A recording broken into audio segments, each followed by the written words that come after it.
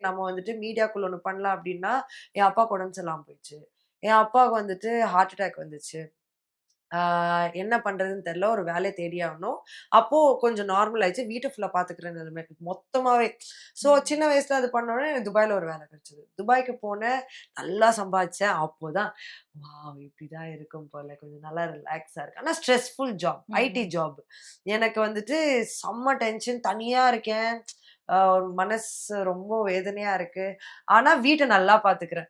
வீட்டு, ஓகே. அம்மா, அப்பா, என் அக்கா கல்யாணம் ஆகி குழந்தை இருக்கு. அவங்களையும் ஆ நான் வந்துட்டு எப்பப்பலாம் முடியுதோ ஏன்னா அவங்க நான் குழந்தையா இருக்கப்போ என் அக்கா என்ன நல்லா பார்த்துக்கிட்டா. ம். ஸோ அதுக்காக எனக்கு அவங்க பையன் தான் உயிரு. ம். ஸோ அந்த மாரி இருக்கிறப்போ நல்லா பண்ணிட்டு கரெக்ட்டா கொரோனா வந்துச்சு. என் வேலை போயிடுச்சு. இப்ப என்ன பண்றதுன்னு தெரியலன்னு பார்க்குறேன். அப்பா மல்டிபிள் ஆர்கன் ஃபெயிலியர் வந்துச்சு. என்ன பண்றதுன்னு தெரியல. இருந்த காசுலாம் பெரட்டி போட்டேன். திரும்ப வந்தாரு. காசு பத்தல. அப்ப அது பண்ணா தான் அப்பா உயிரோட இருப்பாங்கன்னா, கிரவுட் ஃபண்டிங் ஒண்ணு பண்ணேன். ஏன்னா, எ என்னலாம் இருந்துச்சோ எல்லாம் போட்டு இல்ல. கிரவுட் ஃபண்டிங்ல எல்லாருக்கும் ஷாக்கு. நான் அப்போ மீடியால கூட கிடையாது. நான் அவ்ளோ கேட்டு காசுலாம் வந்து அ ஒரு 2டே நாள்ல 7 இது பிளஸ் ஏதோ வந்துச்சு. எல்லாருக்கும் சத்தியமா நான் அவ்ளோ தேங்க் யூ சொன்னேன். ஏன்னா, அவங்களால தான் என் அப்பா 4 வருஷம் வாழ்ந்தாரு. ஓகே. 4 வருஷம் உயிரோட இருந்தாரு. ஆ அன்பார்ச்சுனேட்லி திரும்ப வந்துட்டு அவருக்கு ஆர்கன் ஃபெயிலியர் ஆயி இப்போ இறந்துட்டாரு இந்த ஜூலை. ஆ அந்த அந்த ஒரு ஜர்னி இருக்குல்ல ரொம்ப கஷ்டங்க.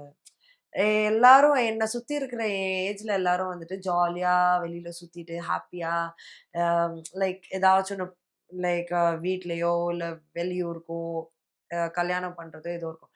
நான் யோசிப்பேன். நான் சம்பாதிப்பேன், வருவேன், இப்படி போயிடும். ஓகே இது நெக்ஸ்ட் நம்ம எப்படி எடுக்கணும்? நெக்ஸ்ட் ஏதாச்சும் ஒண்ணு செலவு பண்ணணும். வீட்ல மெடிக்கல் எமர்ஜென்சி வந்துரும். நான் ஏதாச்சும் ஒண்ணு எடுத்தாலே அ அது அப்படியே பார்ட் ஆஃப் லைஃப் ஆயிடுச்சு. அண்ட் ஓடிக்கிட்டே இருந்தேன். எவ்ளோ ஓடுனாலும் பத்தாம போச்சு. லைக் ஒரு பாயிண்ட்ல அப்யூஸ், ட்ராமா எல்லாமே இருந்தது. ஆனா என்ன வெளியில காமிச்சிராத. சிரிச்சுட்டே இரு. ம். யாரும் அத என் கண்ல பார்க்கக்கூடாது. எப்பவுமே சிரிப்பேன். ஒரு இடம் தெரியாம நான் சொல்லி, ஐயோ! அன்னைக்கு நான் அவ்ளோ ஃபீல் பண்ணி இவ்ளோ வச்சிருந்தேன்ல உள்ள அப்டின்ட்டு.